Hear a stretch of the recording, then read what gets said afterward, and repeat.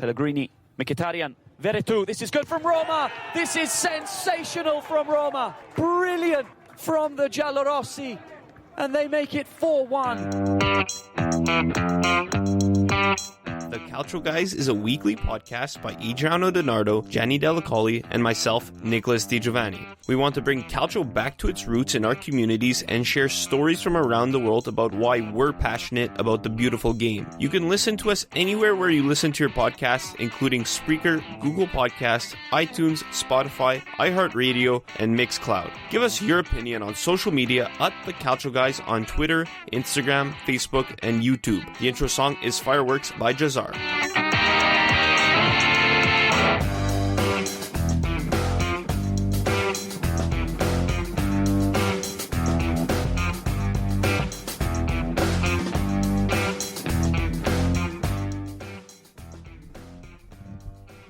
They say when you want to be the best, you got to beat the best. But this week on the Calcio Guys, our motto is changing. It's when you want to be the best, you got to play like the best. And I'll tell you why in a second. But first, with Adriano Donardo, I'm Nicholas Di Giovanni. Gianni Delacoli isn't here with us this week. He's got exams. Adri, how's it going? Not too bad, man. Missing Johnny a bit, but I feel sorry he's not to the left of me, to the right of me. I'm in the center, however this Skype call is configured. But jokes aside, it's always good to come on and talk Calcio here on the Calcio Guys. So why I said when you want to be the best, you got to play like the best is because Juve spent 9 years on top of the Serie A.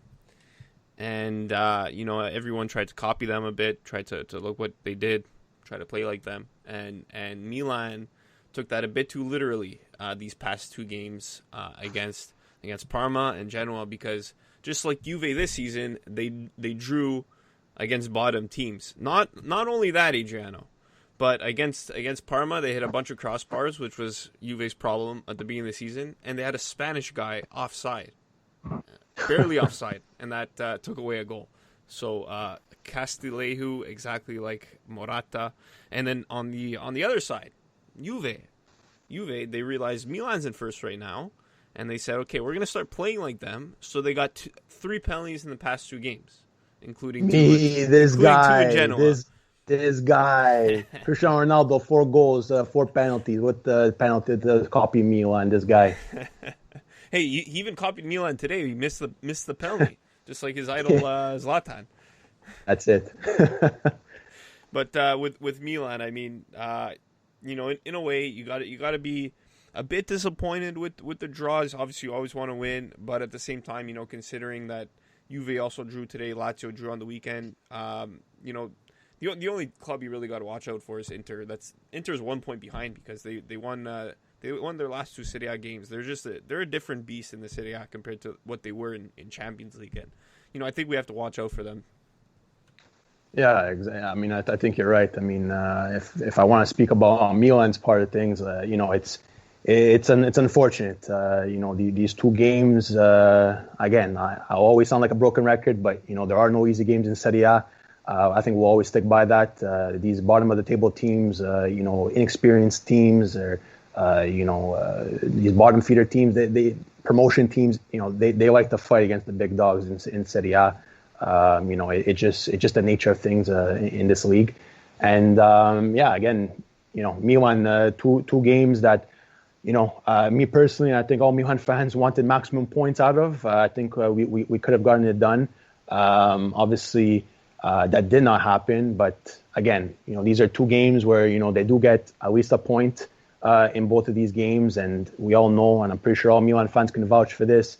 A couple years ago, a couple of seasons in the past, Milan would have lost all 3 points in these 2 games. They would have been a big disappointment, all over the news, the Gazzetta, whatever. So, for on the positive side of things, it's encouraging that this young squad, is able to fight back and able to have that character, that unity as a club, as that brotherhood to come together and at least salvage something out of these games that are a bit tricky. So for that, it is positive.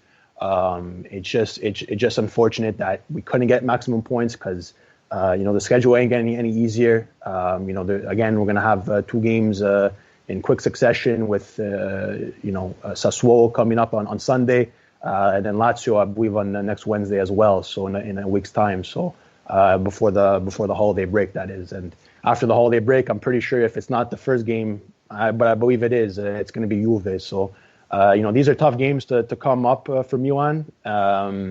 Again, I love the character. Is the one positive thing. In the Parma game, like you said, Nick, you mentioned unlucky. I don't know if you want to call it alla Juve. I don't know how you want to call it. But the post, man of the match in that game. It was besides Theo Hernandez, which he, that left foot of his is just lethal. And, thank God for that. And in this game against Genoa, again, it had to be Destro. The ex-Milan player, had to be him, to score 2 goals today. And finally, Genoa's looked, dead all season. And that's no offense to our friend Fabrizio at Genoa Club Tirano, but Genoa has only came alive today, it seemed like, against Milan, and it had to be Destro. But no, okay. But yeah, with Juve, this weekend obviously I was happy with the game against Genoa. Dybala, his first Serie A goal of the season. It was nice too. Despite the 2 penalties, I felt like it was a game that they were going to win regardless. They had a lot of chances. Pedin played pretty well. You just felt it coming. I mean, the 2 penalties were just a result of them pressing hard and, Genoa making stupid mistakes, stupid tackles, and that's why they're at the bottom of the table, unfortunately. And then today, I mean, Atalanta is Atalanta, but Golini, man. Golini, what a game. For me, the man of the match. He kept them in it. It was another game. I found Juve played well. That penalty was a bit more questionable. I think Chiesa is bringing over his antics from Fiorentina because we know he did that a lot in Florence, and then I think Ronaldo just said, okay, we're not going to win this way. We're not going to win this way. That was a pretty soft penalty. That's not typical Ronaldo. Maybe a 1-1 was 1-1 result was a bit more fair, but it's still disappointing because it feels like a missed opportunity to catch up on Milan. But that's why the games, the Scudetto, the important games for the Scudetto are the ones directly against each other. So Juve still has to play Inter and still has to play Milan. So a lot to go. We're 12 games in, 36 left. So we had 2 match days. On the weekend, and then today we're going to have the same thing next week. Match day 13 and 14 are going before Christmas. I wrote in the notes, Vola, Verona, Vola. Kind of a jab to our Lazio friends because of their 2-1 win Lazio. And then today, they lose 2-1 at home to Sampdoria. I'm telling you, man, Verona versus the top clubs, they're elite. If Verona just played top clubs, they'd win the Scudetto. Verona against bottom clubs, they're awful. If Verona just played bottom clubs, they'd get relegated. I don't get it, but they were, maybe they're just too high after their win at Lazio, and they came crashing back down today against Sampdoria. So that one didn't make sense. A lot of draws in the Matchday this week. 7 of them, actually. 7 draws, including Sassuolo. We're going to have Jake Vinciguerra on later to talk about Sassuolo. So he kind of replaces Gianni. He is a Juve fan, but he's also a Sassuolo fan. So we're going to talk to him about Sassuolo. So we do have a 2-team fan on this week. Sorry, Gianni.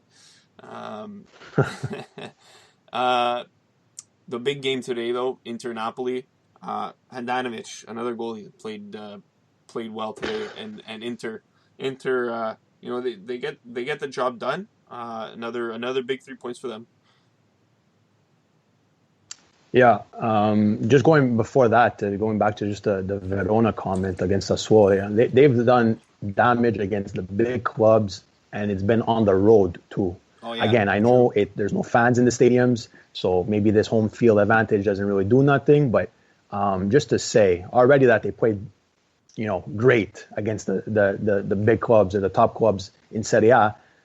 They do it on the road too, which takes a lot of character. And Juric, I think, is the compliment for that. But again, it was crazy to see them lose, to Sampdoria that has been up and down this season as well. But moving on to Inter Napoli today, you know, I don't want to say boring game, but like it took a while to kind of get going.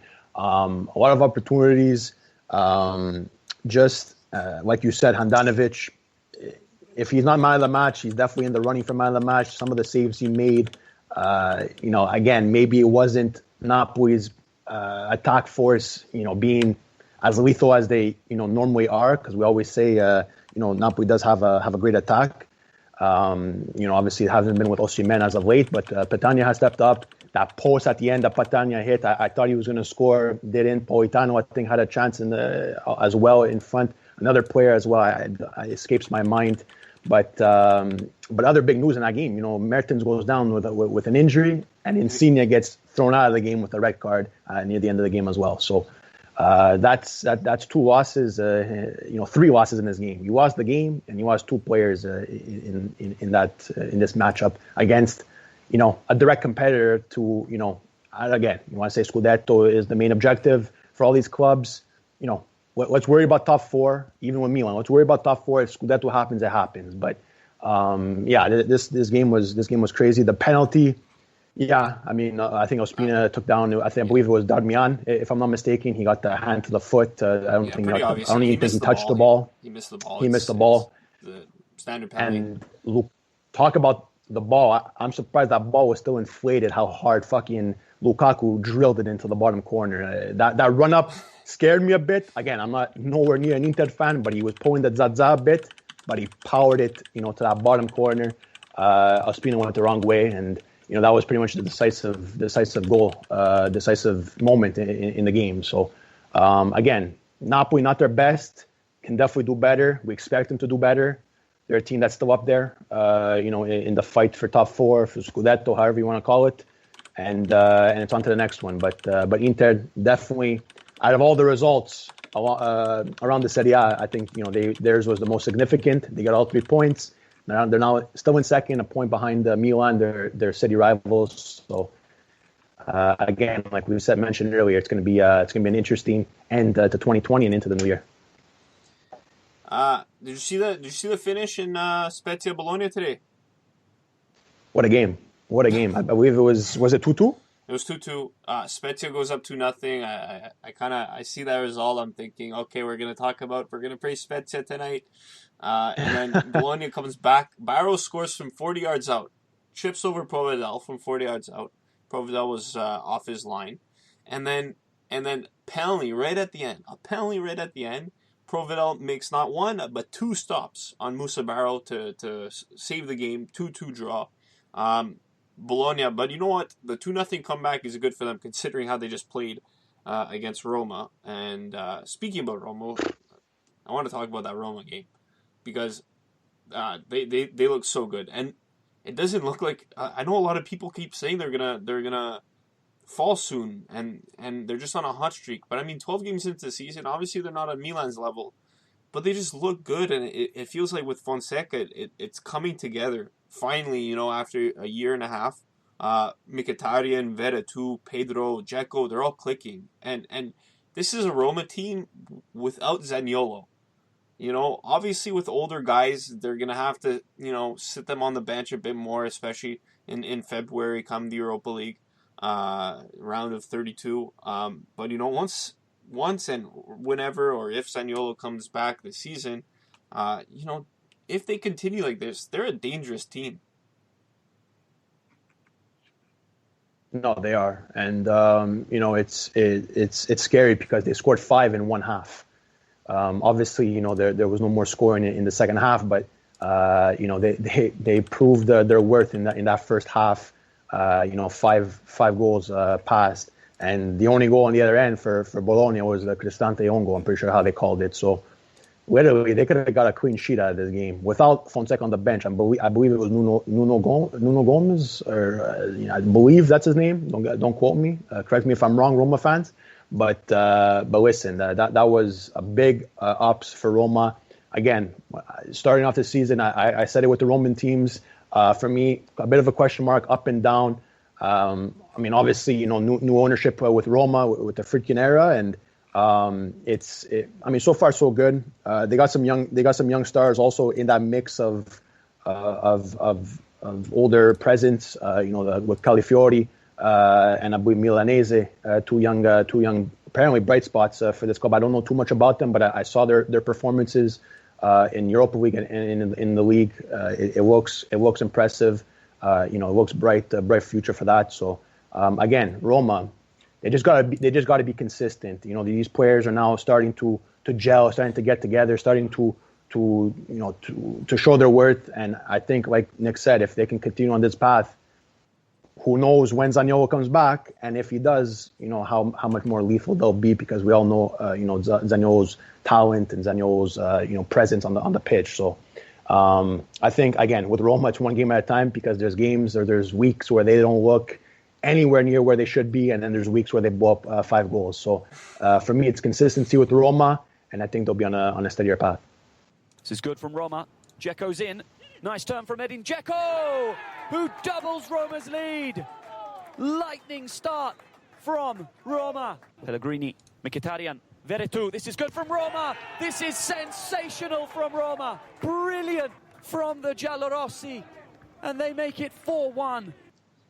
So Atalanta's been in the news quite a bit this week. Big time. Before we get into the big news, more recent, I wouldn't say news, but something that happened recently today with Atalanta. There was a picture of Daron's tackle on Cuadrado. Pretty bad tackle. High studs up in the ankle. Should have been a red. Seems like this is happening a lot against Juve. A lot of their opponents are having liberties. It happened against, I'm drawing a blank, but there should have been red there too. I'm just saying. But, he kind of made light of the situation, I guess. He apologized on Twitter. A fan called him out for it. Typical Twitter, right? That you're always going to see that stuff on Twitter. A fan called him out for it. A Juve fan, obviously. He apologized, said it should have been a red. He went in too hard. You know what? Good for him. Good for him. He's a great guy on Twitter. He's so funny. He's a class act on social media, yeah. And you like seeing that out of players. They apologize. I hope you actually apologize to Cuadrado, but it still should have been a red. I'm sorry, Daron. If you're listening, I'm sorry. And he knows that too. But yeah. Meanwhile, Insigne got the red for talking back to the ref. A la Morata. Insane. If you actually listen, you heard a lot of swearing, because you could hear it actually. So if you get the chance, go back and listen to that. There's a lot of swearing. There's some Napolitan swearing too. Yeah, and that's the great thing about, not the great thing, because, this time is very touchy, but with the no fans, you hear it all. You hear it all, from the benches to the players to the refs, player exchanges. It's some good fun, and good lightheartedness in this tough time. But I want to talk about the big thing of Atalanta. Gasperini versus Gomez. It's become a big storyline. Apparently, Gomez is going to leave in January because of he's butting heads with Gasperini. He was subbed off against Michelin, I believe. He doesn't like that. I forget who it was. Castagna. When he went to Leicester, he made some comments too, I believe, about Gasperini. Now Gomez is saying when he leaves, people are going to know the truth. It's getting heated. There's a lot of people talking about how Gasperini isn't kind of a player's coach. He gets the results, but on the human level, there's people just don't like him, But I don't know, which side are you on? Because personally, I think if you're Atalanta management, I'd consider talking to the players, talking to everyone on the team, saying, hey, what do you think of our coach? What's your relationship like with our coach? Because if this happens with multiple players, then you got to fire the coach. If this is just a personal issue between Gomez and Gasperini, sell Gomez, make the money. I don't think if Gomez leaves, I don't think he's gonna stay in Italy. A lot of people are talking about him going to Milan. I don't see him staying in Italy. He's almost a bandiera, right, for Atalanta. He's not going to want to play against Atalanta. If he's leaving, he's gone. He's gone to another country. He's gone to to the Middle East. He's gone to England. Maybe he'll come to the MLS. I'm hoping he comes to Montreal Impact. But how do you see the situation? Whose side are you on? Yeah, it's tough. You want to say that you get a big meeting going on, and you try to patch whatever can be fixed, but it doesn't seem to be the case. It seems like it's going to be one or the other. It doesn't seem like there's going to be a way to keep both of them, which is obviously hard. And again, Atalanta has been magical these past seasons getting into Serie A, but like you said, and with Gasperini, sometimes on the human level, it's not there. Yes, he gets the result. Yes, he has this philosophy. Yes, we praise him. Yes, yes, he gets things done. He brings a team like Atalanta to new heights, right? And we all see that. But again, we don't know the behind the scenes. We don't know what happened, what really happened. We're all waiting at the edge of our seats what Papu Gomez is gonna say if and when he does leave, right? So it's a tough call. Again, do you get rid of the coach and break up this philosophy, this style, this idea of football in Atalanta? That's a hard pill to swallow, because who do you go and replace that with? But for Gomez, again, I love him as a player. He's a brilliant star in Serie A. Yes, he's up there in age, but we know our stars age like fine wine in Serie A. I would probably say, if things can get fixed, which it doesn't seem like they will, I think Papu will leave. I do think that. I think they'll stick with Gasperini for now, because then you got to see what happens without Papu there, without their captain there. What's Gasperini going to do? How's he going to adjust? How's he going to go on with this club? And then the club will see if that's the right decision, and if that decision pays off, keeping Gasperini and letting Gomez go.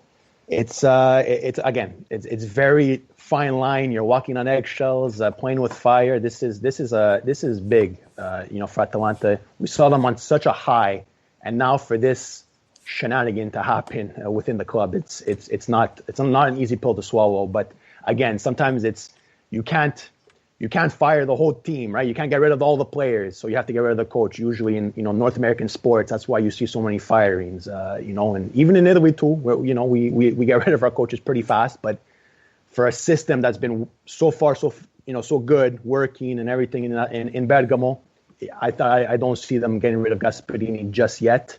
I think Gomez will definitely go, and you know what? I wouldn't count out him not staying in Italy. I do think there is a chance he does stay in Italy. Again, I said it in our group chat how I would take him as a trequartista at Milan any day of the week, twice on Sunday. Papu Gomez could fit that number 10 perfectly. But fancy football, fancy calcio, fantacalcio aside, I think there's still a possibility he can stay in Serie A. Because I think teams that, again, if it's Milan, maybe it's a push for the Scudetto this year. I don't know. I'm not jumping on that bandwagon yet to say Scudetto, top four is main objective. But I think Papu goes. If he goes to get paid, if he goes to stay in Serie A, if he comes to MLS, Montreal Impact, he could take our number 10 any day of the week. I think Gasperini stays. Gomez, unfortunately goes. If Gasperini is fired, there's a couple of coaches available: Sarri, Allegri, Spalletti. So, I don't think they go that route. I don't think they go that route. I just don't see it. I don't know. Maybe it could happen. Options. They do have the options, but sometimes the grass ain't greener on the other side. So it's a waiting game. Quickly, before we do our yellow card, red card, and before we have Jake Vinciguerra on to talk about Sassuolo. Speaking about coaches firing, I'm going to name you a couple of coaches, and you tell me if any of them aren't going to get their panettone at Christmas this year. So if any of them are going to be fired. So we got a couple of days. We got 9 days left before Christmas. A lot of soccer. So, chances are all these coaches that I'm going to name are going to get their panettone. Last year at this time, 8 coaches already been sacked and going to get their panettone, including Tuver Brescia. Obviously, different circumstances last year. Season started earlier, but still. I'm going to name you Marco Giampaolo, Fabio Liverani, Gianpiero Gasperini, Giovanni Stroppa from Crotone, Yeah. Sinisa Mihailovic, and Luca Gotti. You think of those names? Do any of them have a panettone-less Christmas? A Christmas without panettone. Well, maybe all of them if they like Pandoro more than panettone. I don't know, but jokes aside, I'm gonna stick with our. I think I called. We all probably called it earlier on, but not Gasperini. Excuse me. Giampaolo is cursed. This Torino team is cursed. Save Bellotti. Is that a hashtag on Twitter? I don't even know, but if it's not, it should be because this guy. Congrats for him getting 100 goals in a total jersey, but. This team is cursed under Giampaolo. It seems like they have a chance to maybe pull out a victory or some sort of positivity. It goes to shit at the end of it and at the end of the matches. So I'm probably going to stick with Giampaolo. Again, it's tough because we're so close to Christmas. I don't know if they make that decision right now, with such a short window now till Christmas time. But if maybe during the Christmas holiday, I don't know, Merry Christmas, and then get the sack. I don't know, but I'm gonna stick with my gun. I'm gonna say Giampaolo. Yourself? I'm gonna say they all get their panettone just because the amount of games between now and Christmas just wouldn't make sense to fire somebody. If Giampaolo was gonna be fired, it was gonna already be done. But I don't mind.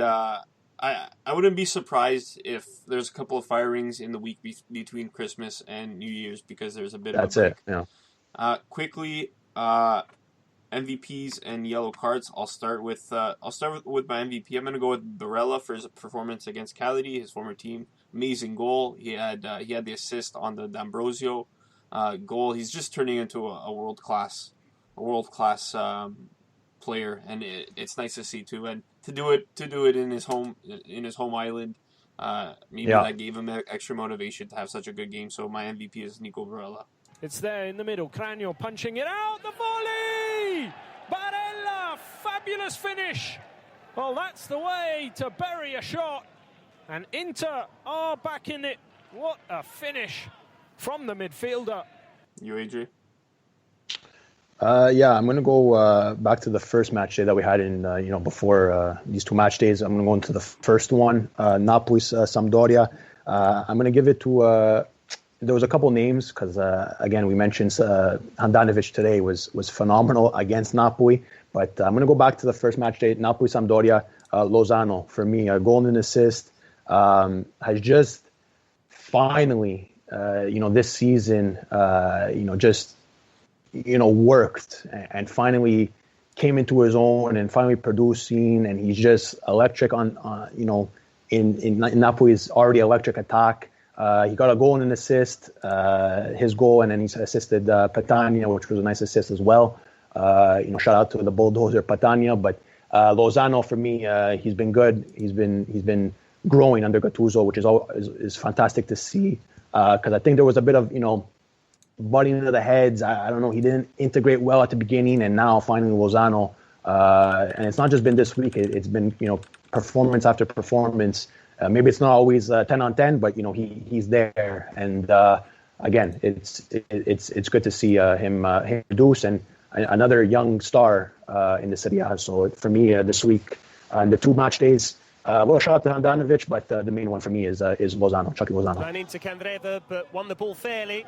Mertens with the cross. Lozano! Napoli a level. The substitute with a gorgeous header. So my card, I'm going to stay in that Napoli-Samp game. I'm going to play you this clip. There, okay. Mario Rui then went for the shove. Gaston Ramirez had a kick, and then Insigne came in as backup. Near the end of the Napoli-Samp game, there was kind of a contact between Mario Rui and Gaston Ramirez. And Ramirez ended up on the floor. And so Mario Rui goes to pick him up. As he's picking him up, like a sportsman, like a good opponent, he's picking him up. He pushes him. Mario Rui pushes Gaston Ramirez. And then, it's kind of hard to tell by the video. The commentator says Gaston Ramirez kicks on Mario Rui, but I don't know. I didn't really see it. It was just stupid antics on Mario Rui's part, just pick up the guy, run away. The game was almost done anyways. Not the first time we've seen Mario Rui get hot-headed. He's kind of had those incidents before. If Johnny was here, I know how much shit he talked about Mario Rui, but his favorite player. It was just a stupid incident. That's it. And so for me, that's got to be a yellow card. This is definitely going to be another yellow. You?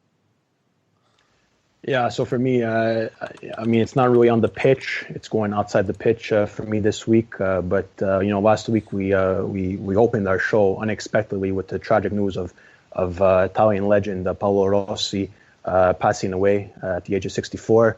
They had to end up having his funeral. You saw all the pictures, all the stars there. The one that probably hit me the most was Baggio. I don't know if you saw that Baggio one, but he was in tears and he had his hand on his face, and it was tough to see. And you're going to this moment. A legend of the game passes away. This funeral is happening. For Paolo Rossi, and what happens? We see in the reports afterwards. There's a burglary at his home. While the funeral is going on. And for me, and I'm pretty sure I can speak for Nicholas tonight, and definitely Gianni as well.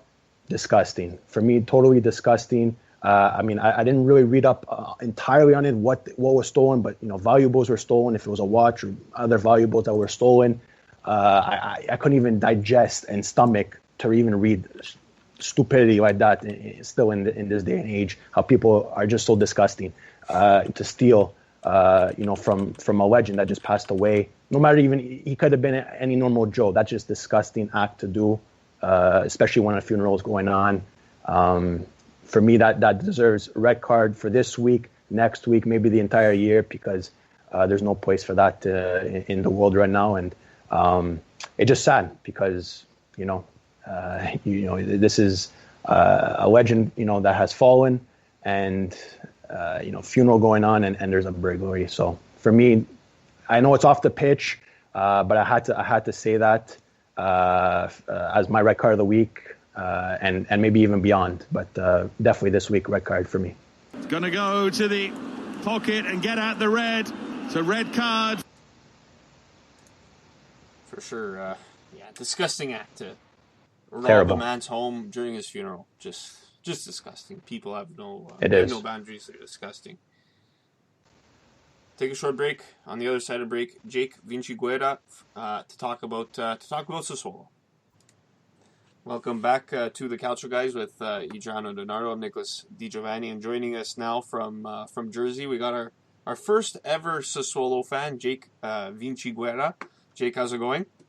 It's going well. About yourself? Not too bad. Fantastic. Yeah.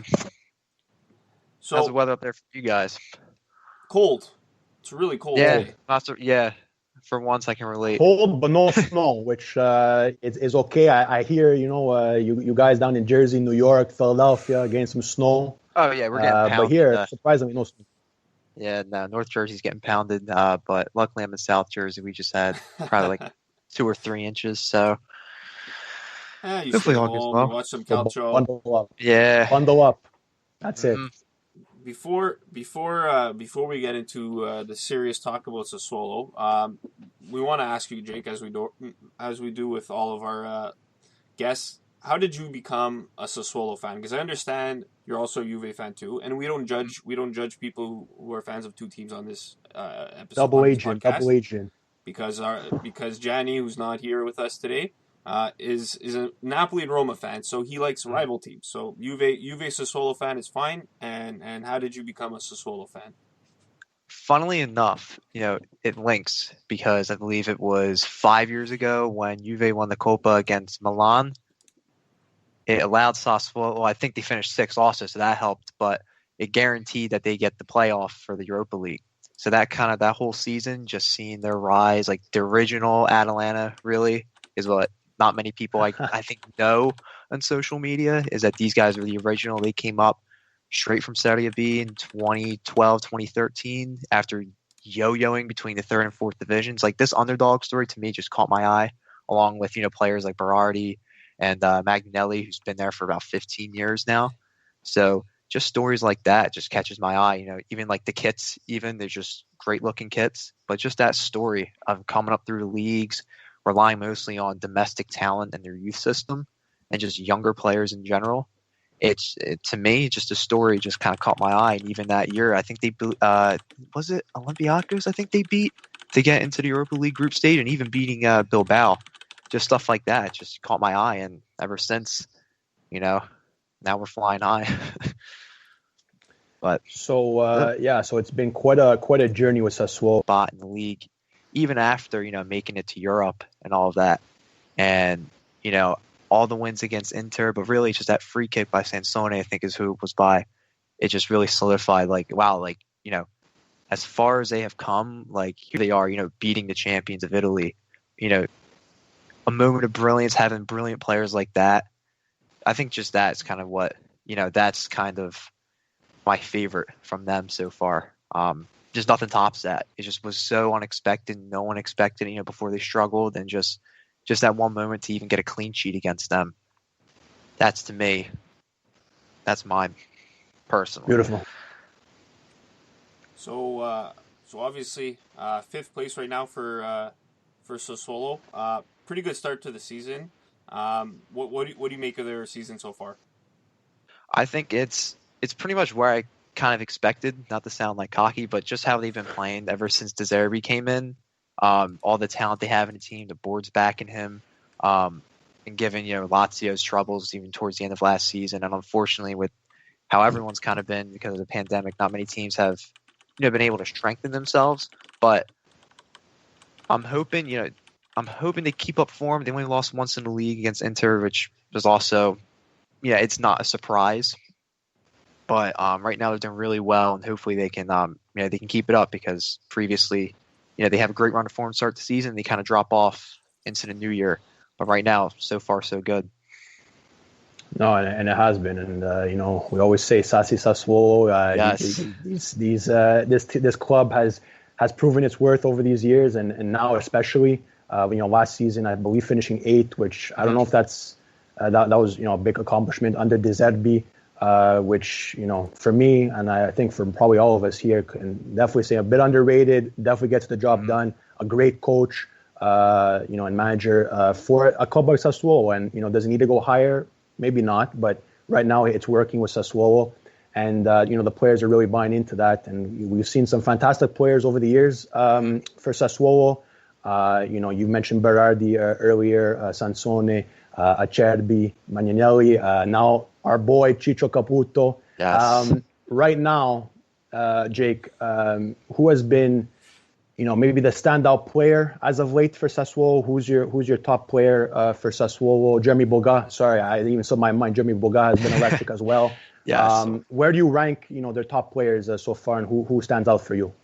Well, a surprise to no one, and it's kind of, to me, it's Locatelli, definitely. Since leaving Milan, having that, pressure on him from the media and from leaving a club as big as Milan, because you demanded playtime, and, they're just like, no, you're too young. We don't trust you with that. And to have, the confidence and then to back it up by going to what many people thought was going to be, they sent him to die at a lower club, like a lesser club.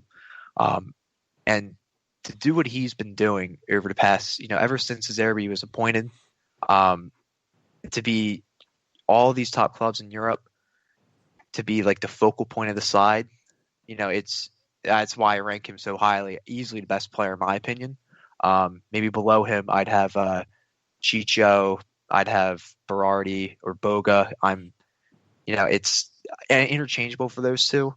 And then probably right below them is Juricic, just because without him on the pitch, they kind of struggle in the final third, because he's the one working in those in the spaces that are left behind.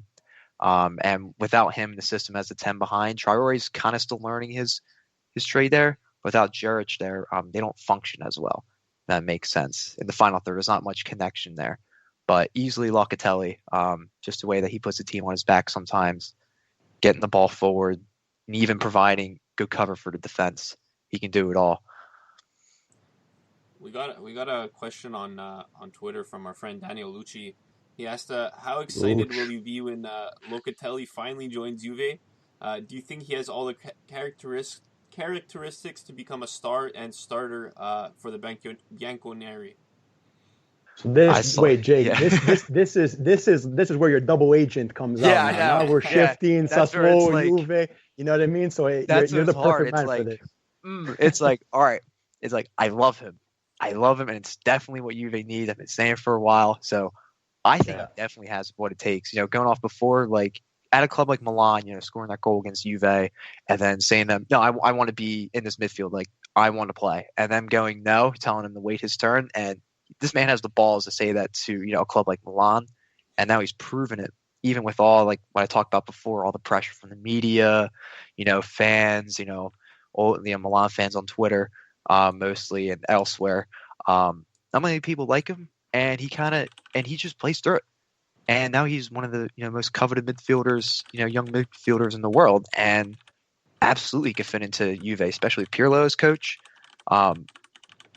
I think absolutely he has what it takes, absolutely. And as a Juventino, I'd be very excited for that, but a little bit upset on the other side. But for the right price, of course, I trust the board can replace him easily, as they've done with, you know, other players that have left in the past. But I would be very excited for that. I was just about to ask you. Obviously, you know, for a team like Sassuolo, obviously they're not considered a top team. When they have players of great talent like Locatelli, even like Boga, even like Berardi, you know, how have they kind of dealt with losing those players? Even if you look at the, you know, 2015, 2016 team where they lost Sansone and Pellegrini, they're able to rebound from losing those players, and they just continue growing young talent. How do you think they do that?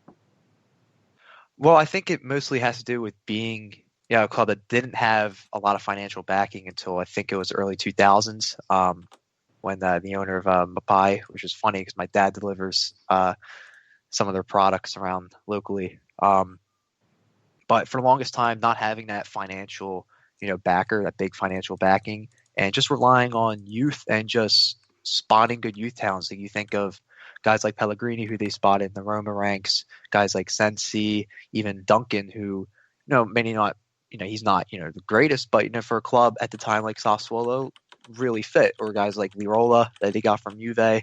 It's just all those years in the lower divisions, bouncing between third and fourth. You know, at some point, you know, with the right people, you start to get that eye for talent. So I think being in those lower divisions kind of, you know, that's how they survived. So I think over the years, they just got better and better at that and getting the right people in, and just, you know, sticking to their guns. And they have done so, and it's impressive. Like I mentioned earlier, you know, the story with Sassuolo is fantastic, and it's something to definitely, you know, if you don't know, and if you don't know much about the history and, you know, their climb to the top of Italian football, it's definitely something to go look into. But yeah, you know, we spoke a bit about before, you know, where they are in the table right now, and we, you know, just their progression, you know, even from last year to this year. You know, again, small sample size for this year, but they've been looking good. I believe, like we said, they're in 5th place. Mm-hmm. And we got another question on social media from Fabrizio_GF, and he asks, how likely do you see Sassuolo in European competition next season? Again, I don't know if that's too early. You know, we're raising our hands up and say, listen, you know, if it happens, it happens. If not, it's okay as well.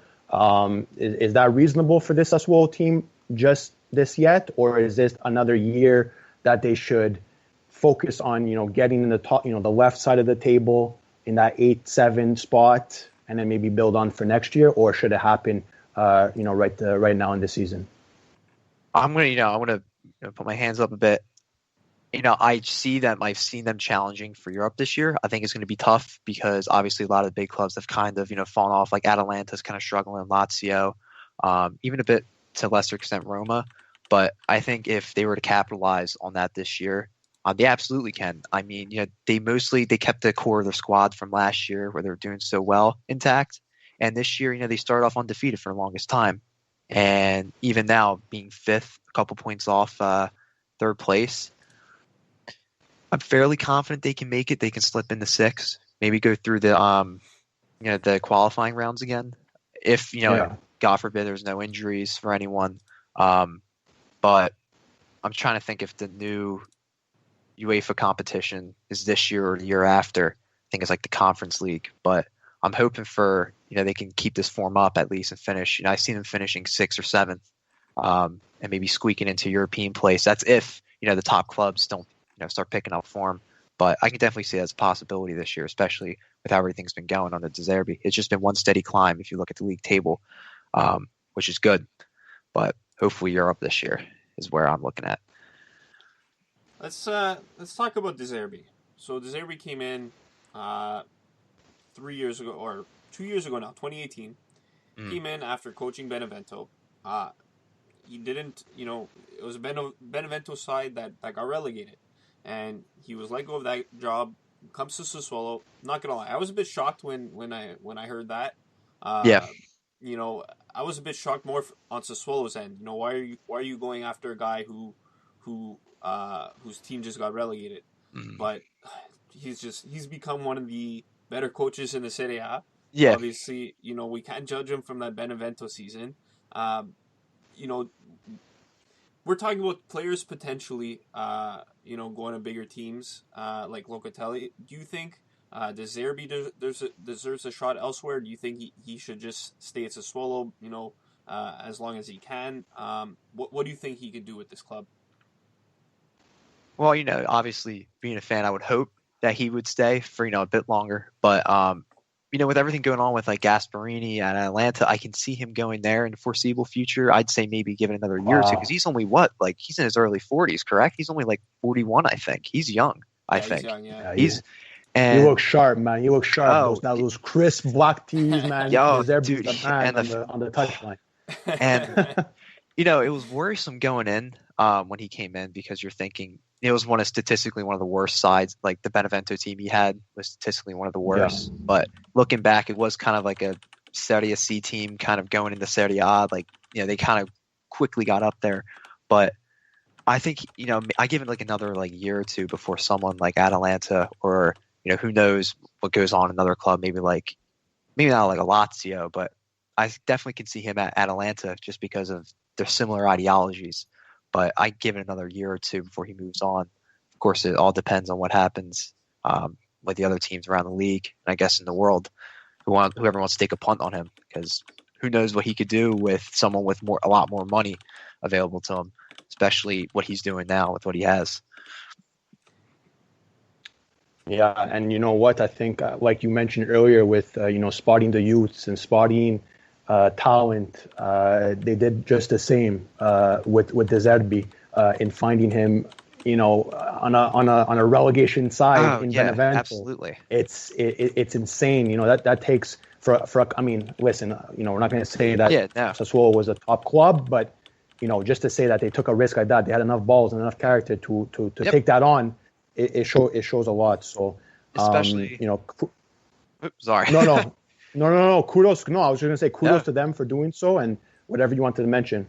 Yeah, I was going to say, especially with how close they were to the relegation zone after finishing Europe, after losing Di Francesco, and it's a story that a lot of clubs can kind of look at. Like this was kind of what happens when you back the manager, because at first when he came in, it didn't look the best, but as the players, he got the players he needed to fit his system. As the players bought in more, now look at them, they're 5th place. I mean, after 12 matches, I think we just got done match day 12 or 13.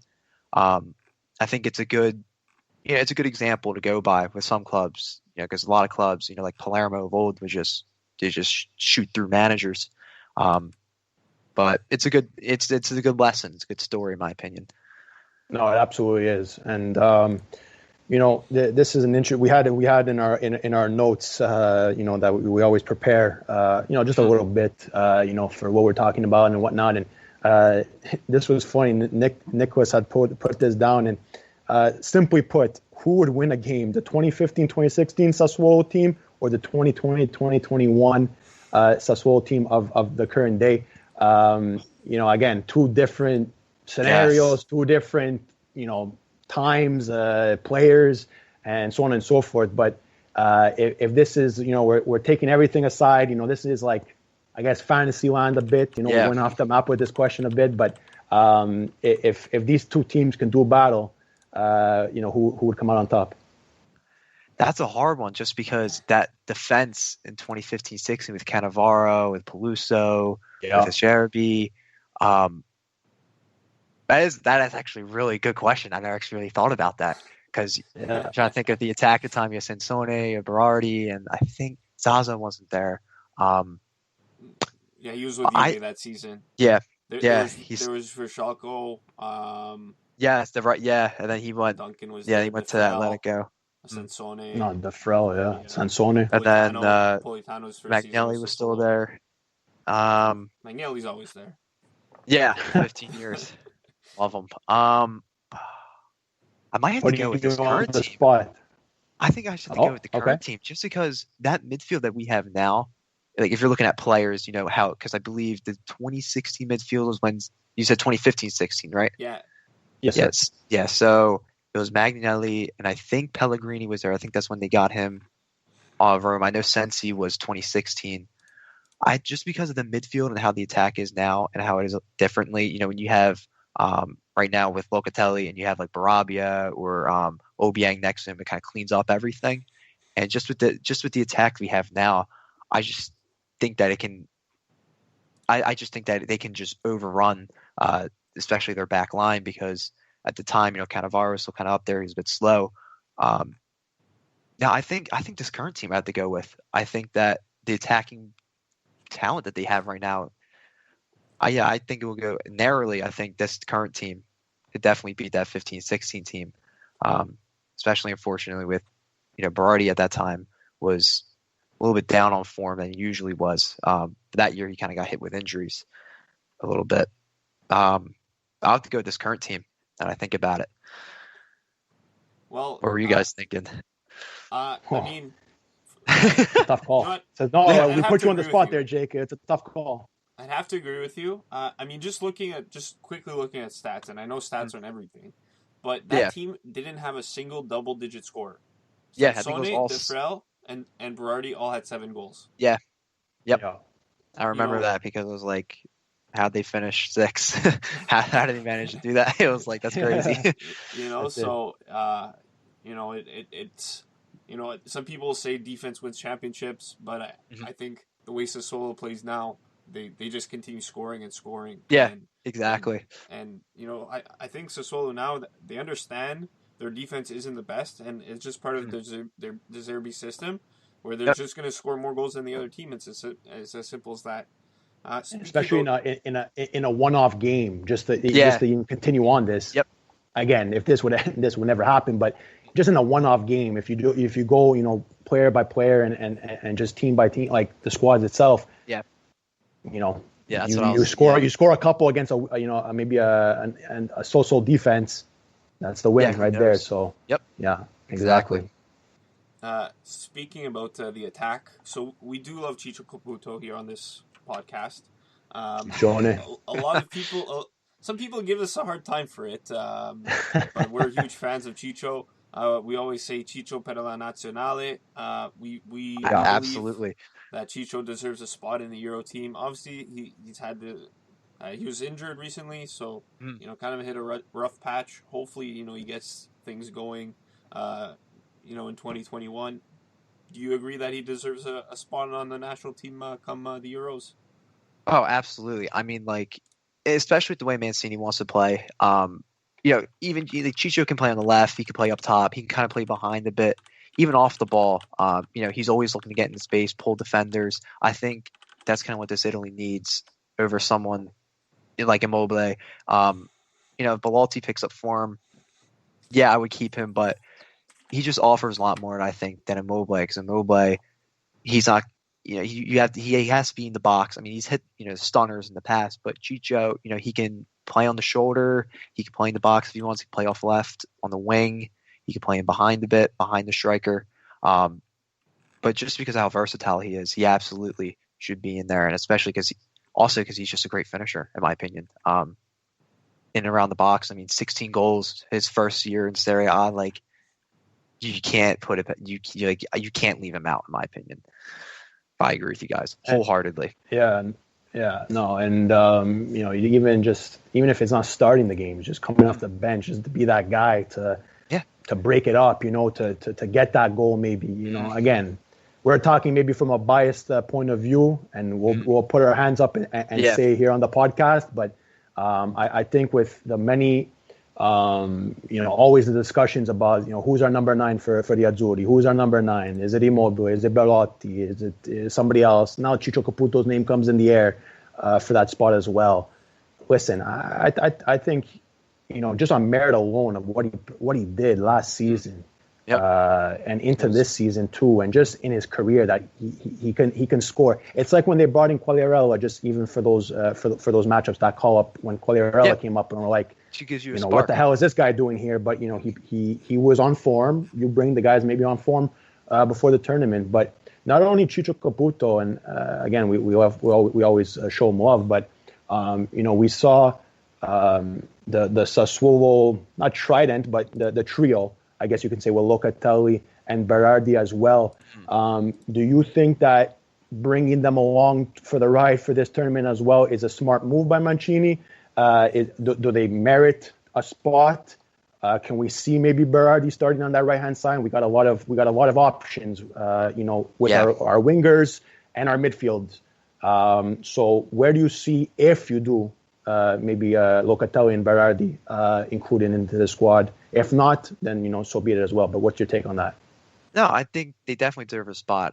When you talk about national teams and tournaments, you want to bring players, kind of a mix of who's on form, who can fit the system, and Berardi offers something different than someone like Chiesa does at the moment. Chiesa, he plays best on the right side with his right foot. He can put in the sweet crosses. Berardi's someone that he's going to look to take the shot. He's like Insigne. He's going to be the one to go outside the box to try and get by defenders and curl a top corner. So, yeah, absolutely. I think, someone like Berardi should deserves, and obviously Locatelli as well, just because it's just of how great he's been playing in club form. Just like Berardi, he can set the tempo of the game. You can play him in front of defense. You can play him off to the right a bit in the midfield three, especially, of course, again, like I think he'll fit Mancini's game well. And with the small, chance that he's got, I think he's performed pretty well for the national team. But definitely keep him along for the ride. Yeah, I think it was against Poland in the Nations League in October. All three were on it at one point, and that game was just like a stalemate. And as soon as all three were on, you could tell they just played so well together. And I think the problem for Italy is that a lot of these players right now, not many of them play together. And they're pretty much, the exception. Even it was cool to see in the last set of games, it was it Berardi that scored with assist from Locatelli, or was it Locatelli from Berardi? And it was at the Mappe Stadium. I forget which way who scored. And... It was Locatelli to Berardi, I'm pretty sure. And the volley, yeah. Oh yeah, I know what you mean. Yeah, I think that was cool. On their home pitch, they're playing together. Yeah, and the national team. Like you said, if they were playing on their club level, before how the Juventus is, the Italian national team, for the most part, you look at the past tournaments of how many players from the same team, like you think of Milan and Juve, the majority of these national teams that are very successful all play with each other. And you look at another national team like Spain in 2008, 2012, most were Barca and Real players. So chemistry plays a big part, and especially if the national team is playing the same style as your club team, you're gonna click instantly. So that's a really good point. Yeah, and I think again, like you mentioned, fitting the system is hard because some of these players on their club sides play a totally different system, and then you come into the national team and it's everything's clicking in Serie A, but you go on to the national side and it's not the same chemistry or what have you, and listen, if they can copy paste what they're doing at Sassuolo on the national side, it's again, like I mentioned earlier, it's going to be a tough competition to maybe be consistent starters, because we do have, I think, more or less our top 11 almost panned out for this tournament. I agree. Just based, continuing on this Azzurri talk, what are your thoughts about what Mancini and the Azzurri can do in Euro 2020/2021? Well, right now, like, we've looked really good in qualifiers, obviously, and like you said, our starting 11 is kind of solidified. I would put, as as controversial as it might be, I kind of put Zerbi over Chiellini, just because. Oh, for sure. Because I think he doesn't get enough credit, Zerbi. But yeah, there's a lot of competition, especially in the midfield, with the guys like Verratti, Jorginho. You have Locatelli in there. They're all Barella. Yeah, and Sensi even. Sensi. When Zaniolo comes back, is he going to play as a winger? Is he play behind the striker? Is he going to play in midfield? But I have high hopes. I can see us going. I can see us, causing a stir. I'm not going to go too crazy. I definitely see quarterfinals. If anything, that 2016 run. What was it? What was this? Belgium or Spain? I'm trying to remember. Belgium was group stage, and then Spain. Yeah, Spain round of 16, right? We went to penalties against Germany with a bomb squad under Conte. Yeah. So yeah. And then that man at the run up. It was really upsetting. We're at a little side story, but we're watching that at my uncle's house with all my Italian family. My one cousin's wearing his Pirlo kit, and he comes up to take the penalty. My dad are like, oh, this guy's great. He scored this amazing goal against Napoli to basically win the Scudetto. Oh my God, he's definitely going to bury this. And he just sent that to the moon. And we're just sitting there. Everyone's shut off the TV. We're like, all right, well, we're not listening to them Twinkle anymore. Toes came up. Yeah. Oh my God. Oh man. Yeah, that still stings to today. But again, we overachieved maybe in that tournament with the squad that we had and everything. But bringing us down to earth. Back to reality against a tough German side. But no. Yeah, definitely the quarterfinals I can see again. At least quarterfinals, especially the squad and the talent we have and the way they've been playing. Everyone seems to be understanding, getting the gist of the system that Mancini has. And he's also, he's not going to sub on like De Rossi instead of Insigne when we're down or something like that. Now, not going to name him. But good man. Yes. We don't name him here anymore. We don't say that word, that name. Yes, it's a no for us. Yeah, hopefully. But even going on further to that, there's 20 World Cup coming up as well. So if it's not now in the upcoming summer, they still have another year for the World Cup. That's another important tournament for these young players for this group more or less that we've had now for this Mancini era. So it's going to be interesting. And, to say the least. And, again, I think yourself, myself, Nicholas, we could speak for Johnny as well. We have high hopes. We're not going to put, we'll be a bit superstitious, maybe not predict, but, we're hoping for the best for La Nazionale. But, again, Jake, this has been some good fun. You substituted Johnny for the double agent. Now you're Juve, Sassuolo. So let it slide for today. But again, from the three of us, we do like to thank you for coming on, taking the time out of your day to come and talk to us. If anybody wants or needs to get some talking about Juve and Sassuolo, it's like a phenomenon. Where can they find you on social media? You can find me on Twitter. I won't spell it out, but Jake Vinciguerra on Twitter. I'm sure it'll be in the in the video title. Sure. Instagram, it's Jacob, and then there's a period, an underscore, and a period, Vinciguerra. Keep meaning to change that, but I kind of like the little face in there. That's where you can find me on Twitter and Instagram. And message me or something if you want to talk. I'm a friendly guy, so thank you for having me on. No. We thank you because this is a big moment for us. Getting a Sassuolo fan on. It seems to be few and far between to get to find one. That's for one. There's not many on thing. there. That's it. So we're gracious enough to have you on tonight. And again, Ragazzi, where you can find us, we say it all every week at the Calcio Guys on Instagram, Twitter, and Facebook as well. Catch our podcast, rate our podcast, like our podcast on all your favorite podcasting platforms. And we'll be back next week, maybe just before Christmas time, to talk more Calcio. Thanks for listening. Ciao.